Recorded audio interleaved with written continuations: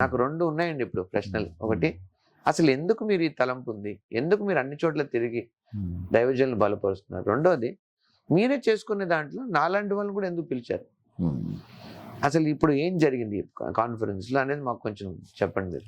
అండి, నేనండి కాకినాడలో మిమ్మల్ని కలిశాను కదండి. అప్పుడు మీరు మాట్లాడే మాటలు నన్ను చాలా ఆకర్షించినాయండి. అప్పుడు నాకు అనిపించింది, నిజమే బైబిల్ సరిగ్గా అర్థం చేసుకోవడం లేదు పాస్టర్ గారు. ఒకసారి సెమినరీ పెట్టి మిమ్మల్ని పిలవాలనిపించింది. అందుకని మొన్న ఇప్పుడు పిలవడం జరిగిందండి.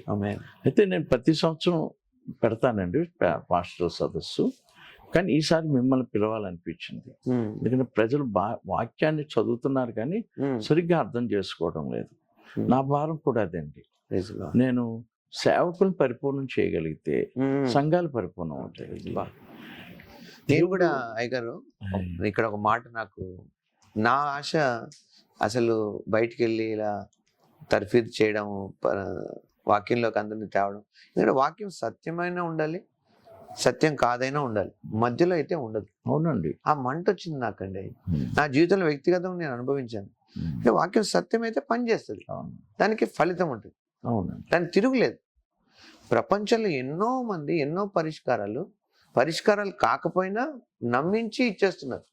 అది వైద్యపరంగా కానీ మానసిక పరంగా కానీ నమ్మించేస్తున్నారు, మాదే పరిష్కారం అని. కానీ పరిష్కారాలకే పరిష్కారం బైబిలే కదండి, దేవుని వాక్యం. సువార్త కంటే మించిన పరిష్కారం లేదు. అంతటి దాన్ని మనం ఎందుకు సిగ్గుపడుతున్నాం చెప్పడానికి? అయితే నా జీవితంలో ఎప్పుడైతే అనుభవించాను, నేను అది మంటగా పట్టుకొని వెళ్తున్నాను. మనం కలిసినప్పుడు మీకు మొదటిదే మనం కలయిక. అవునండి, అంటే ఇంకొంచెం ఆగుదాంలే ఈయనని ఇప్పుడు ఎందుకని కూడా అనుకోవచ్చు మీరు. ఎందుకు వచ్చింది? అవునండి, అంటే మీరు చెప్పే ప్రతి మాట ప్రజలు బైబిల్ సగమే నమ్ముతున్నారు, సగం నమ్మలేకపోతున్నారండి.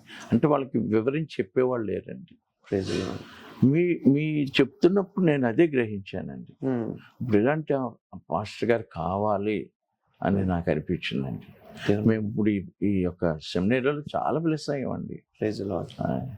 పాస్టర్ గారు కూడా చాలా బ్లెస్ అయ్యారండి మీ వర్తమానానికి. ఎందుకంటే దేవుడు మనకి కావలసినవన్నీ పెట్టేసాడండి బైబిల్లో, కానీ సేవకులు కొన్నే తీసుకుంటున్నారండి.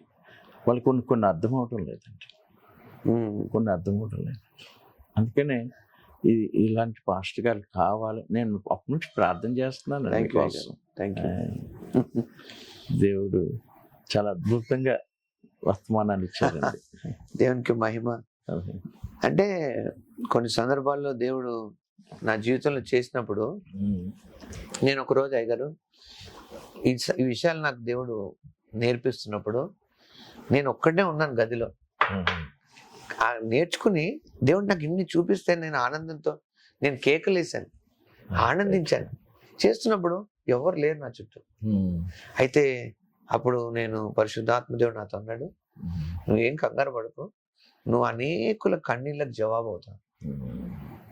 ఆ మాట పట్టుకొని నేను రాసుకొని కేకలేసేవాడిని. నేను ఈరోజు నన్ను ఎవరు వినట్లేదని ఏమీ లేదు. ఒకరోజు నేను అనేక మంది కన్నీళ్ళకి జవాబు అవుతాను. మీరు ఇప్పుడు మాట అన్నప్పుడు నా గురించి ఆలోచించి ప్రార్థించే ఒక దైవజనులు ఉన్నారంటే అది ఎంత దూరం దేవుడు తీసుకొచ్చాడు నన్ను. ఆ రోజు మీరు 1 గంట మాట్లాడుకున్నాం కదండి వాటిల్లో. మా నిస్సి నేను కారులో మీ మాటలే మాట్లాడుకుంటున్నాం అండి. ఎందుకంటే పూర్తిగా బైబిల్ అంతా నమ్మటం లేదండి, అంటే అర్థం కావటం లేదండి ప్రజలకి. కొన్ని విషయాలు నమ్ముతున్నారండి, కొన్ని అలా మరుగైపోతున్నాయండి. కానీ అన్ని తీసుకుంటే మన దేశంలో క్రైస్తవులే గొప్పవాళ్ళు అయిపోతారు.